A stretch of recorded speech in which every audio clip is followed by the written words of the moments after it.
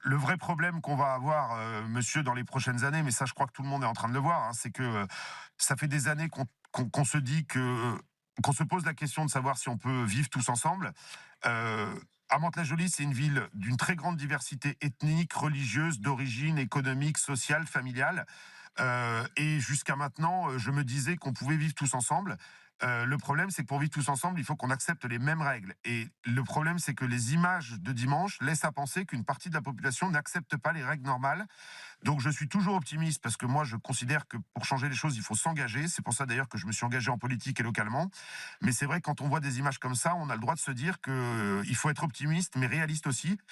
Donc en fait, il faudrait qu'il y ait un consensus des élus pour que tout ça n'arrive plus. Et quand je vois que certains élus autour de chez moi, qui me connaissent depuis 10 ans, expliquent que ce qu'on a vu à la mairie de Mantes-la-Jolie, c'est de simples scènes de liesse et que, en gros, le maire de la Mantes-la-Jolie en rajoute, moi, je peux vous dire que si un de mes adversaires, même d'extrême gauche, s'était fait traiter comme ça, j'aurais évidemment protesté.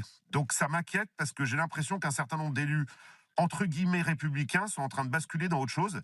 Et ça, c'est très inquiétant parce que on a énormément de violence à l'Assemblée nationale, dans la vie politique nationale.